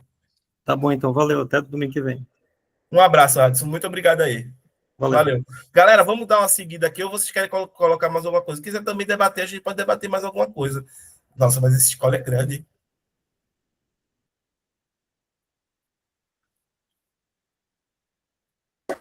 Eu acho muito difícil de entender essas questões do Kant, sabe? Porque o Kant fala em bondade, em felicidade, sendo que, assim, eu estou falando para aplicando a nossa contemporaneidade, né? Porque nós vivemos numa sociedade extremamente egoísta, né? E você falar nisso, em bondade, em felicidade para os outros, para o meio ambiente, tudo, é meio utópico, assim, meio difícil de entender. Eu digo isso porque eu estava vendo um cara tinha uma resposta para o mercado financeiro. Aí vamos dar a resposta. Qual é a resposta? Então, esse mundo do mercado financeiro, o mundo das empresas, né? Não quer saber se você está feliz, se você está bem, quer saber se você produz, se você dá a resposta. O capitalismo é isso, né? E a gente vive numa sociedade extremamente capitalista. Aí como é que. É meio. Não consigo enxergar isso no Kant, isso que o Kant diz na sociedade de hoje. É, assim, dependendo, obviamente, da classe social, do meio que você está inserido, né? O Kant, ele tá visando uma sociedade aristocrática, né? Uma sociedade burguesa, por assim dizer, né? De Königsberg e tudo mais. Para além disso, né, tem muito do cristianismo ainda aqui em debate com Kant. Muito mesmo, entendeu? Porque a gente tem que falar isso. Porque o Kant, ele está numa época onde, querendo ou não, ele ainda está tentando desvencilhar a moralidade, o fenômeno da moralidade da religião, né? Para a gente hoje, talvez seja óbvio a gente falar que não, o sujeito não precisa ser religioso para ser moral, né? Desculpa, ele não precisa estar dentro de uma igreja, ele não precisa estar né, num templo espírita, sei lá, em qualquer outro tipo qualquer outro tipo de religião, para que ele venha a ser compreendido como um sujeito moral. Isso para a gente parece óbvio, mas para a época do Kant não. Principalmente porque, né, é uma época ali que já é pós, né, a Igreja Católica ter dominado durante 1000 anos, né, pós que teve, né, a galera da Inquisição, né, então, tipo, a Revolução Francesa tá para acontecer, que é quando a gente vai separar, né, Igreja de Estado. Então, isso tudo tá ali, ó, no meio da confusão toda, certo? Tá no meio da confusão, não é algo que já está pronto, estabelecido como a gente tem hoje. Hoje a gente pensa Estado uma coisa, certo? E como é que se diz? Religião uma coisa completamente diferente, entendeu? A gente falar dentro do Ocidente de Estado teocrático é uma aberração, certo? Mas na época de Kant não era, entendeu? E aí tem que se lembrar que são os principados ali, porque não existia Alemanha, eram vários principados que existiam ali naquela região, que ainda não tinham sido unificados, certo?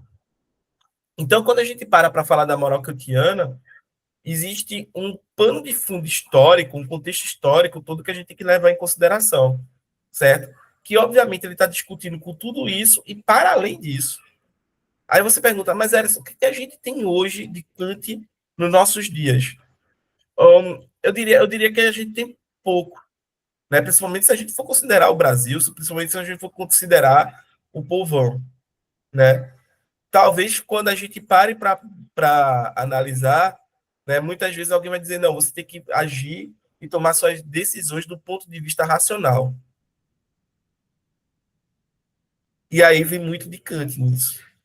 Mas a partir do momento que você tenta formalizar isso, tal qual Kant tenta fazer, é que a coisa fica complicada. Kant ele foi acusado por diversos autores, eu acho que inclusive o Schopenhauer, de ser um formalista,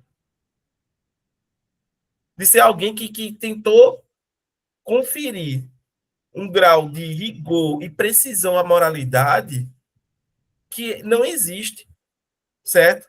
E atribuir uma forma a ela que ela não tem. Certo? Ele foi seriamente acusado disso na época dele.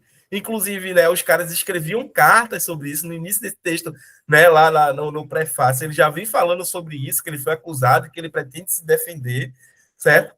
Só que o ponto todo é que a gente tem que parar para refletir sobre isso também, né? Não estaria Kant aqui criando, né, uma estrutura, né, extremamente complexa do ponto de vista teórico, abstrata, certo? E que, mais do que isso, que não corresponde ao que a gente chama de realidade,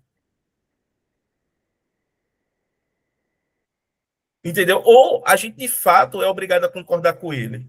A gente, de fato, é obrigado a dizer que, peraí, pô, existe algo de universal em todos os seres humanos. Ou todo mundo concordaria com o imperativo categórico. Será que as pessoas discordariam do imperativo categórico se a gente traduzisse para elas, né? Colocasse para elas que, né, não faça com o outro aquilo que você não quer que faça consigo, que ainda assim não é o que o imperativo categórico quer dizer, né? A segunda formulação. Mas se traduz como uma regra de ouro. E essa regra de ouro a gente vê, né, no cristianismo, a gente vê no budismo, a gente vê em religiões de matriz africanas e tudo mais. Será que será que as pessoas poderiam concordar se a gente dissesse, olha, no fundo o que o Kant quer dizer é isso aqui, né? A gente, obviamente, né, traduzindo aqui o Kant de uma forma bem polêmica, né? Não faça com o outro aquilo que você não quer que faça consigo. Será que as pessoas concordariam? O que é que tu me diz, Ronaldo? Tu que colocou no Enxerga o Kant, e aí? Você diz a sociedade de hoje? Do ponto de vista Eu moral, acho, será que eles concordariam, sendo racionais? eu acho que depende da sociedade, né? Qual é a sociedade que você está falando? A brasileira ou outra nacionalidade? Porque tem as questões culturais também, né? Mas aí que tá, para o Kant é universal. É Ah, é universal universal. necessário. E aí não teria, independentemente da cultura, independentemente da localização geográfica, independentemente do momento histórico, as pessoas acabariam concordando, né, com essa regra. Não, eu acho muito difícil de se sustentar. Agora, eu acho que, como eu gosto de lógica, então eu acho que é bem feito o negócio, entendeu? Não é feito de qualquer forma. Ele construiu um edifício bem feito. Agora, eu não sei se isso é aplicável, é diferente. Que isso possa existir, talvez possa. Agora, eu não sei se isso é aplicável na sociedade de hoje. Talvez para a sociedade da época que ele estava vendo, né? A sociedade da época dele. Dizem também que ele nunca saiu da cidade dele, mas provavelmente ele tinha contato com outras, que ele se ensinava, né? Era professor, então ele tinha contato com outras pessoas. Então, eu acho que ele pensou de uma forma universal, mas, como você disse, ficou muito nas formas, né? Na questão da forma lógica, da moralidade, e ele acabou não pensando como seria isso dentro da história da filosofia. Não sei se ele tem alguma obra que ele fale da história da filosofia. Como é que foi isso nos gregos? Tipo o Nietzsche fez, né? Que o Nietzsche fez isso. Como é que foi isso nos gregos, a tragédia dos gregos? Aí como é que isso foi na Idade Medieval? E assim você vai fazendo uma história das ideias, né? Eu estava até conversando ontem com uma colega minha, que ela estava dizendo o seguinte, olha, não existe uma unidade na história da filosofia. O que existe é uma pluralidade de unidades. São várias unidades. Por quê? Porque tem a filosofia medieval, que se constituiu como uma unidade. Aí tem a filosofia moderna, que é a do Kant, né, que se constituiu como uma unidade. E tem a filosofia pós-moderna, né, essa dita pós-estruturalista, que já é a da multiplicidade, da diversidade, que eu acho que é a que mais se aplica. Eu já falei do Deleuze aqui, né, que eu gosto do Deleuze, que é a que mais se aplica à sociedade de hoje. Tanto é que o Deleuze falava de temas da atualidade que serve para hoje ainda. Agora, isso do Kant talvez serviu para a Idade Moderna, mas eu não sei nem se servia entre os gregos, se isso se aplicava entre os gregos, se ele pegou o conceito de felicidade vindo dos gregos. Eu não sei como é que ele. Minha leitura é muito pouca no Kant, então eu não vou julgá-lo, né? Mas eu acho que o pouco que a gente está lendo aqui, essa história de felicidade, de felicidade dos outros, hoje em dia é o contrário, na verdade, que eu vejo, né? É uns querendo pisar sobre os outros. Não tem uma felicidade que eu posso dizer que é dos outros. Tem a felicidade minha, o egoísmo, a sociedade individualista, né? A sociedade, o que importa é o que eu posso oferecer como produto. Aí entra o Deleuze, né? O que importa é o que eu posso oferecer como produto, o que se reproduz, né? Como aí ele vai chamar de máquina social, né? Máquina de produção. Mas o Kant não, o Kant vê as coisas como se eu fosse assim, um ser pacífico, que tivesse lá no interior de Königsberg e desse umas voltinhas, umas caminhadas e tudo. É complicado, né? Mas assim, vamos lá, vamos tentar colocar as coisas aqui. Alguém levantou a mão? Oi, Daniela, pode falar. Eu só vou sair também, que eu tô resolvendo umas coisas aqui. Bye bye pra vocês, até semana que vem. Até, se cuida, Daniela. Foi um prazer, como sempre, tá? Um abraço. Vamos lá, né? Ronald, o Kant, né? Eu vou fazer aqui o papel do advogado do diabo. Ele não está falando de como as coisas são, mas de como as coisas deveriam ser, né? Então, ele está colocando aqui, basicamente, né, que o mundo como ele é, ele não está moralmente correto, ele não está moralmente, né, ajustado, por assim dizer. E que a gente deve pensar, primeiramente, como as coisas deveriam ser para depois colocar isso no mundo, entendeu? E daí, parte da gente, né,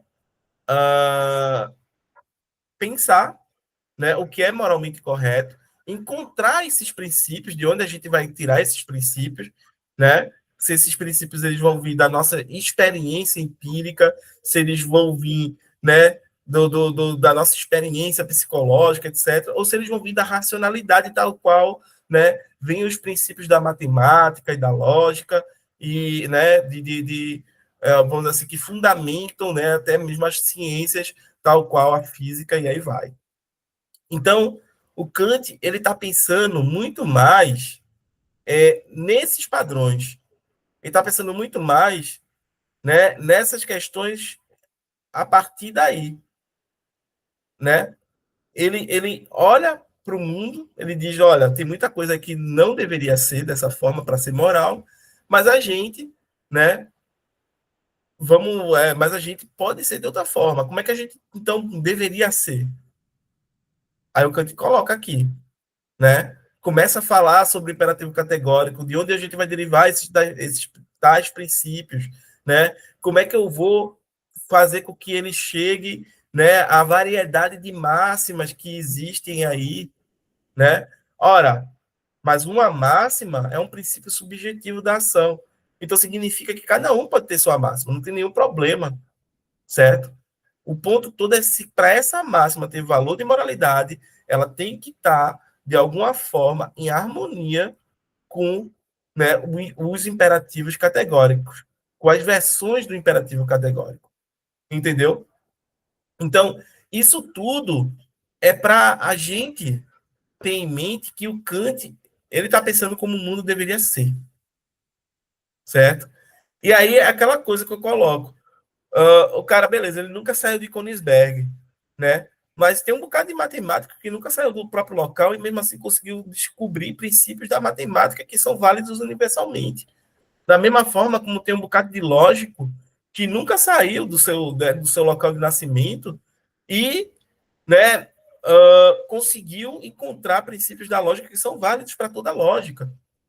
Né? O Kant ele acredita fazer a mesma coisa na moralidade. Entendeu? Talvez esse seja o ponto todo. Só que, obviamente, é nesse momento aqui. Depois, talvez, ele recue dessa posição e diga que, olha, a gente é insuficiente do ponto de vista moral, então a gente precisa, né, de estabelecer um Estado, de estabelecer leis para poder lidar com esses conflitos que os indivíduos têm naturalmente, né, um conflito de interesses. A outra coisa que tu colocasse, né, que o mundo é competitivo, que as pessoas, né, se for para vencer, elas acabam até mesmo prejudicando as outras, né? Sei lá, né, a gente já viu casos assim bizarros de pessoas que passaram no concurso, aí ficaram ali no cadastro de reserva e mandaram matar as pessoas que tinham passado dentro da vaga para poder elas serem chamadas, né? Então foi coisas assim bizarro mesmo, entendeu? Mas ninguém, do ponto de vista moral, disse que a pessoa que mandou matar as outras estava correta. Isso existe. É bizarro, né? É uma... Como é que eu posso dizer? É uma coisa assim que todo mundo acha o cúmulo do absurdo, né? Mas ninguém aprova do ponto de vista moral. Ninguém diz, é assim que as coisas deveriam ser. Isso daqui deveria ser um modelo, um padrão para todo mundo. O problema é quando a gente torna essas atitudes padrões, modelos morais a ser seguidos, né? É por isso que é um grande problema, e nisso eu falo, né, quando a gente vê, por exemplo, né, filmes como aquele lá, O Lobo de Wall Street, né, que é com o Leonardo DiCaprio e tudo mais. Cara, tem gente que acha que aquele é um modelo de sucesso. Tem gente que até hoje não entendeu que aquele filme é uma crítica àquele modelo de vida. Entendeu? Eu até falei isso ontem no outro grupo de estudo que estava, entendeu? Tem aquela novela lá, Vale Tudo, que na primeira versão, o vilão, ele vai embora, ele foge do país. E quando ele está no avião, né, ele indo embora, ele dá uma banana pro país. Né? O que é aquela novela que quis colocar ali? Que o crime compensa. Que o cara que é, né, escroto, enfim, entre todas as coisas lá, um criminoso, ele acaba, né, se dando bem na vida. Ele acaba obtendo sucesso, né? E as pessoas olham, então, esse é o padrão. Esse é o modelo a ser seguido. Né? As pessoas olham para ele, é assim que tem que ser. Eu acho que os caras, os autores, eles entenderam que essa foi a mensagem que eles passaram, que quando fizeram o remake agora dessa novela, né, quando chega no final e o bandido vai fugir, a Polícia Federal prende ele. E modifica esse final do qual ele iria embora dando a banana, né, dando uma banana para o país e etc. Não. Agora ele foi preso e vai pagar pelos crimes que compensa. Mostrando que quem comete crime, né, quem é mafioso, alma cebosa, né, mau caráter, e entre tantos adjetivos que a gente pode atribuir, certo? Ele não é um modelo, né, não é um padrão a ser seguido. Isso é interessante também, né, porque mostra que quem fazia as novelas, né, fez a novela, se deu conta do impacto que ela teve na formação da consciência moral das pessoas. O modelo de sucesso nunca pode ser esses caras, pô. Padrão, o modelo a ser seguido nunca pode ser esse. Entendeu? Porque se for esse, a gente tá perdido. E eu acho que né, na medida que o tempo tá passando, autores de novelas, né, diretores de filmes, estão tomando consciência, né, do papel social que eles têm na formação moral das pessoas que vão assistir essas novelas, esses filmes, etc. Consegue compreender? Isso aí é verdade. Tem vários cineastas que eles já têm essa visão de produzir alguma, mas não deixa de ter o seu aspecto capitalista também, né? Porque está produzindo um valor monetário ali. Mas tem, pelo menos tem esse engajamento, né? Tem alguns que tem assim, essa parte mais engajada, cinema mais engajado, teatro mais engajado. Mas mesmo assim, isso aí não muda em nada o mundo competitivo, né? Mas aí é que tá. Isso não significa que que no mundo competitivo vale tudo. Que não existam regras, que não existam princípios morais, né, operantes ali. Entendeu? Eu acho que o ponto todo é esse, é você dizer que, ok, que seja que tenha competição, né? Mas não vale tudo dessa competição.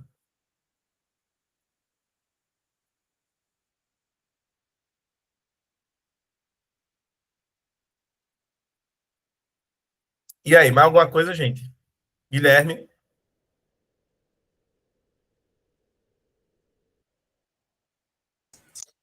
Eu estava ouvindo você falar e não sei se é adequado falar, mas eu acho que parte do princípio, né? Eu acho que você parte desse princípio é muito um pouco idealizada, falando que não vale tudo. Eu acho que sim, vale tudo e não existe regras que suspenda esse vale tudo, a não ser que você compreenda as regras do jogo que os outros jogam, mas não cumprem.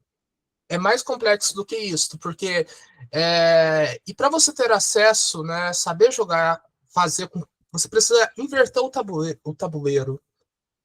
Então, por exemplo, você como professor, né, que está em uma situação dentro de sala de aula, onde que ninguém cumpre as regras, nem os alunos, nem a direção e o dever é só atribuído a você, pode parecer que você é o agente moral e todo mundo está sendo imoral ali.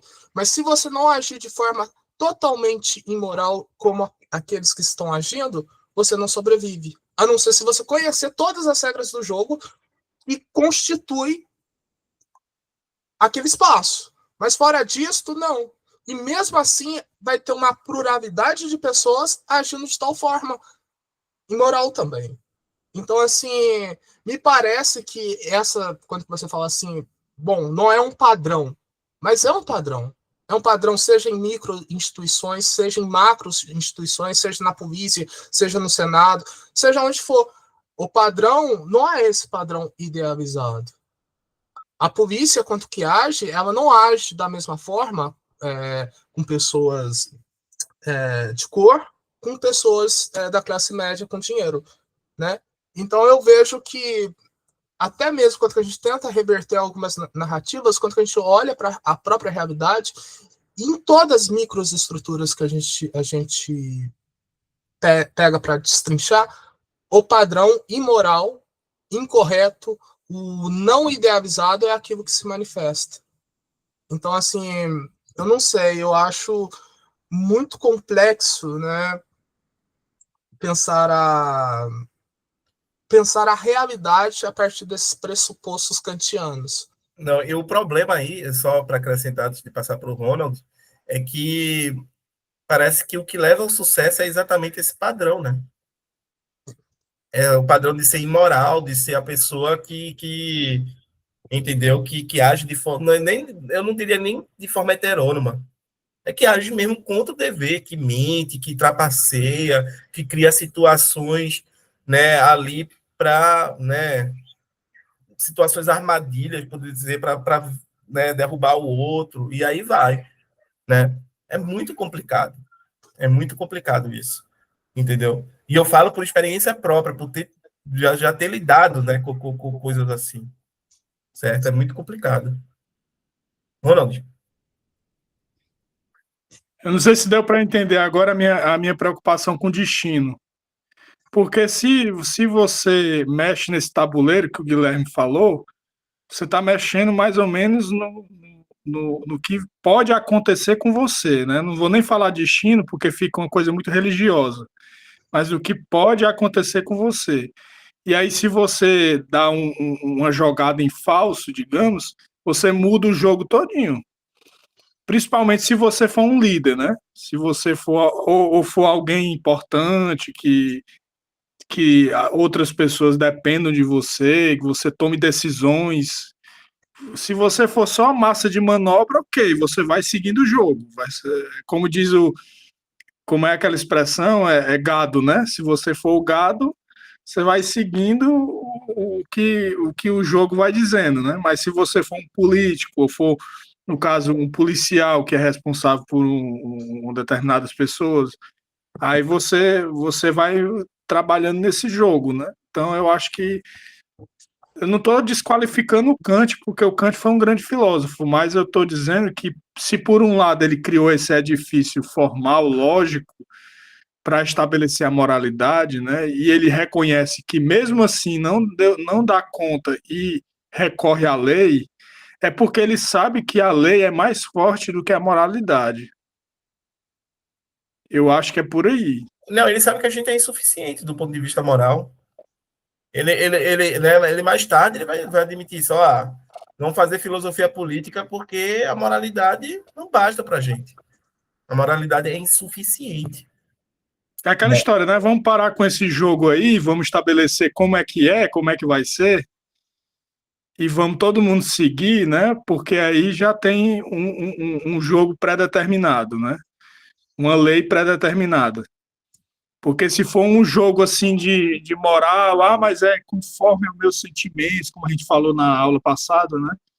Que você até achou meio problemático a questão do cuidado, que lembra que eu falei? A questão do cuidado e tal, da Eu falei responsabilidade. da ética do cuidado e tudo mais. Né, que eu até citei autoras da ética do cuidado, né, Carol Gilligan e a Nerd, né? E a Nerd. Pois ela- é, essas éticas aí são a tentativa de contornar esse jogo todo, né? Mas elas acabam entrando também, por quê? Porque você vai cuidar. Aí você vai, só um exemplo, você vai cuidar de idosos. Aí você precisa de um aparato de lei para poder cuidar dos idosos. Você vai cuidar de doentes mentais, você precisa do aparato da lei para poder cuidar desses doentes mentais. Então eu sinceramente, eu posso ser bem, eu prefiro ter o respaldo da lei e dizer assim, ó, a lei tá dizendo isso, do que ter o da moralidade. Não que eu seja imoral, não me entenda mal, eu não sou imoral. Eu reconheço o valor da moralidade, mas eu prefiro ter o da lei, porque a lei, pelo menos, pune, tem o sistema punitivo, né? é porque, assim, entenda, no dia que a gente for sujeito moral, a gente não precisa da lei. Entendeu? A gente não vai precisar da lei, né? E aí, Ah, é? porque a gente não precisa do Estado. A gente não vai precisar da legalidade, né? A gente não vai precisar disso daí. Porque todos os nossos conflitos vão ser solucionados dentro da esfera da moralidade, né? Então, quando eu paro assim para raciocinar, em alguma medida eu acho que o Kant ele tem razão, né? Ele tem razão quando ele diz que a gente é insuficiente do ponto de vista moral. Ele tem razão, né, no sentido de que sem liberdade eu não posso imputar a responsabilidade às pessoas, né? Ele tem razão quando a gente quando diz, né, né, nesse ponto que eu acabei de citar, que por a gente ser insuficiente do ponto de vista moral, a gente vai ter que colocar, né, um Estado aí, né? Vai ter que fazer filosofia do direito, filosofia política e tudo mais. O que é um problema, diga-se passagem, né? Porque de onde eu vou derivar as leis, né? De onde eu vou derivar, né, o direito? É um problema. Volta-se um problema, porque a gente pensaria, não, vai derivar da moralidade, mas a gente não é suficiente. Então, como a gente vai fazer algo que é para suprir a insuficiência a partir, né, do que é insuficiente? Então, é um grande problema. Entendeu?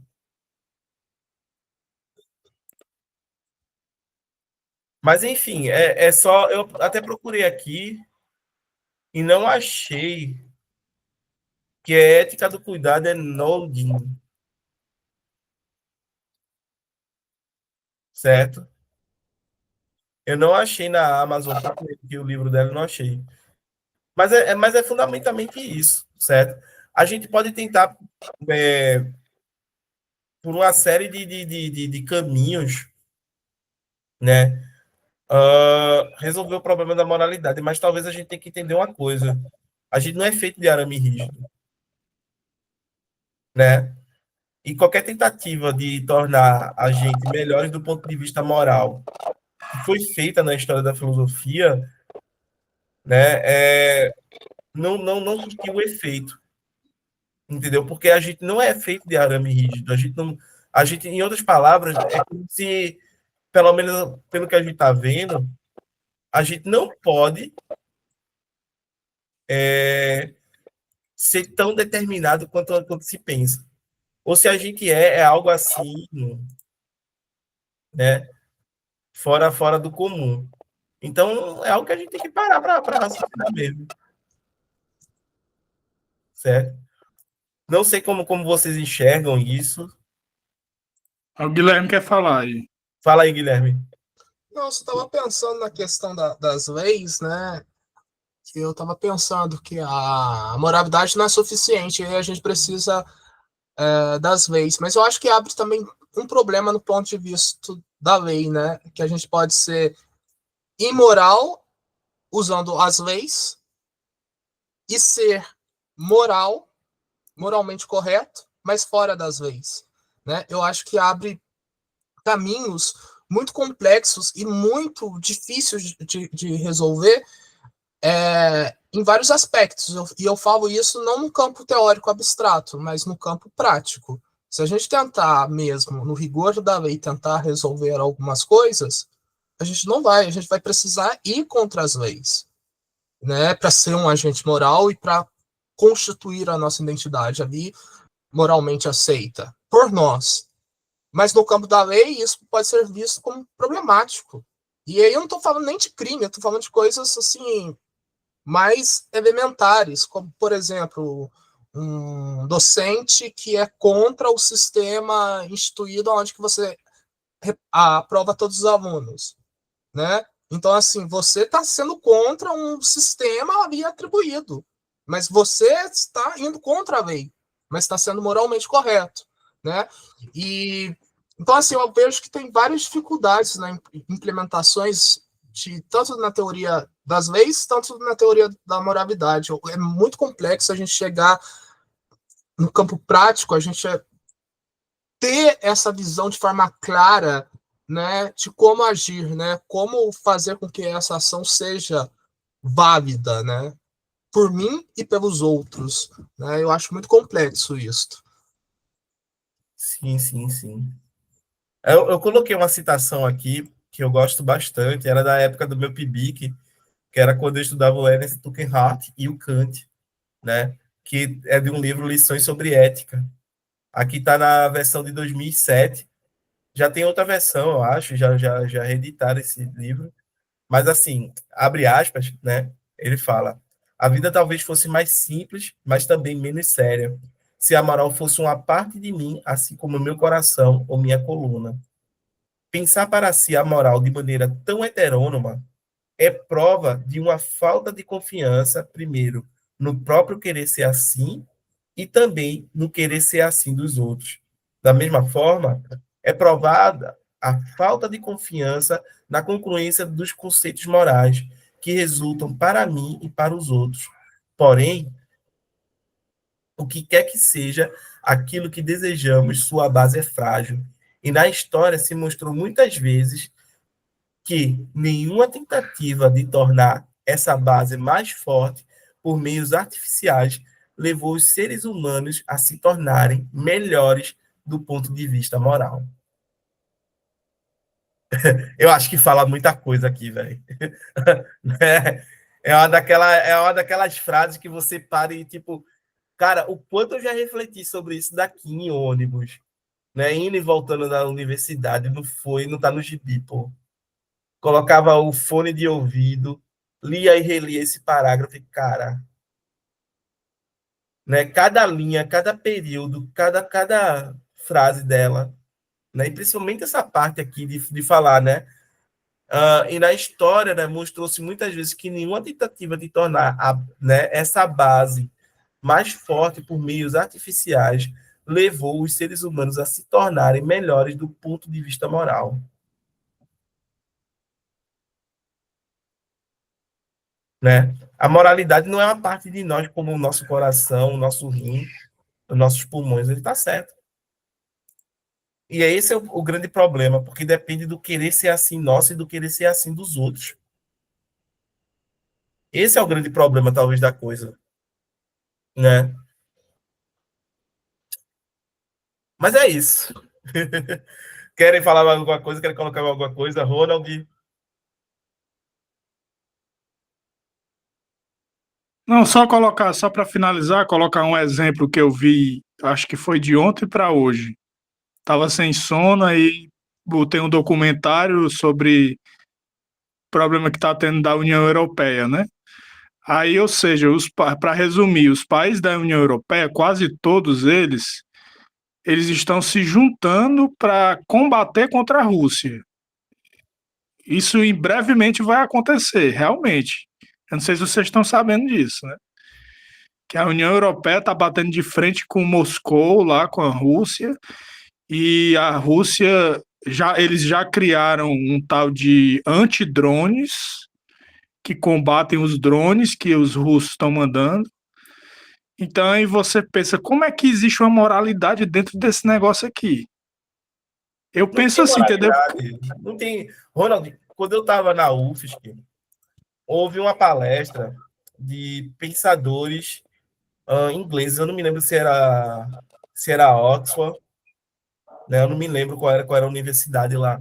E eles estavam falando a possibilidade de se defender uma guerra moral, moralmente válida, ou de regras morais para a guerra. Não tem como, pô. Entendeu? A guerra é exatamente a suspensão de toda a possibilidade de justificação moral.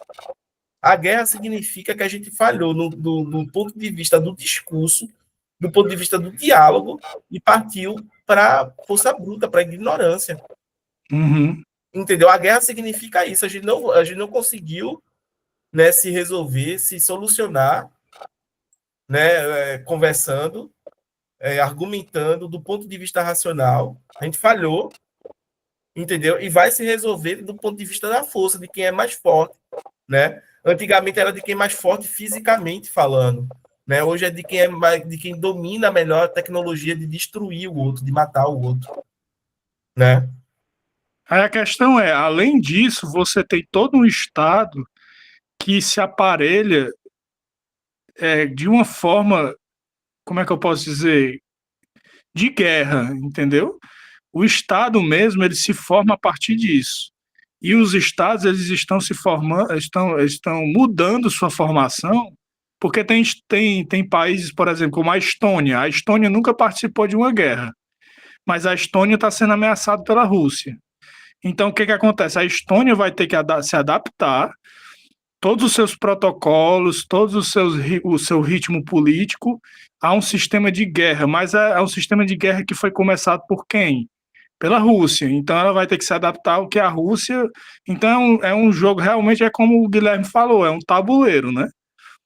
Onde você vai colocando as peças, aí você vai tentando encaixar, porque me desculpa, eu não sei se eu estou sendo muito pessimista, mas eu não consigo ver realmente nenhum sentimento, nenhuma felicidade, não. O que eu estou vendo é só estratégia. Os caras estão, para ter ideia, eles estão codificando até os protocolos para as outras nações não terem acesso aos documentos, entendeu? Para, por acaso, numa eventual guerra, uma invasão, por exemplo, porque até agora não houve nem invasão, a não ser com a Venezuela, né, que já ocorreu. Mas digamos que os Estados Unidos invadam a capital da Venezuela, Caracas, e leia todos os documentos, tem acesso a todos os documentos de Caracas, da Venezuela. Então, essas sociedades mais simples, como a Venezuela, elas não conseguem fazer isso, mas essas sociedades mais paramentadas, né, elas já estão codificando os próprios documentos, quer dizer, tornando difícil a leitura dos documentos, para que outras nações não tenham acesso às informações. Só para tu entender o nível, eu tô exagerando um pouco, mas é assim que está acontecendo. Eu entendo. E assim, é outra coisa também que a gente tem que pensar, né? Porque Estado e indivíduo são duas coisas distintas, tá? A gente tem que pensar isso também, né? Mas assim, quanto à guerra, Ronald, eu não tenho muito a falar, não tenho muito a dizer, não. Entendeu? O ponto mesmo, do ponto de vista filosófico, é dizer que a guerra é a falência, né? É a falência de tudo que a gente tem, né? De racionalidade. É quando a gente acabou a racionalidade, né? Acaba a capacidade da gente se entender por via de argumentos, diálogos, e a gente vai por outras vias agora. É isso. Beleza. Eu acho que é isso, né? Guilherme, quer falar mais alguma coisa? Quero não, tô de boa. De boa? Então é isso. Eu só agradeço a vocês a presença.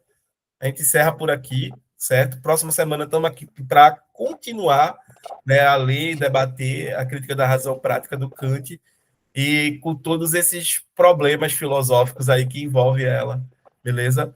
Muito obrigado a vocês, para todo mundo que esteve aqui, certo? Boa semana, se cuidem, cheiro no coração e até o próximo domingo. Valeu. Um abraço. Um abraço, gente. Se cuidem.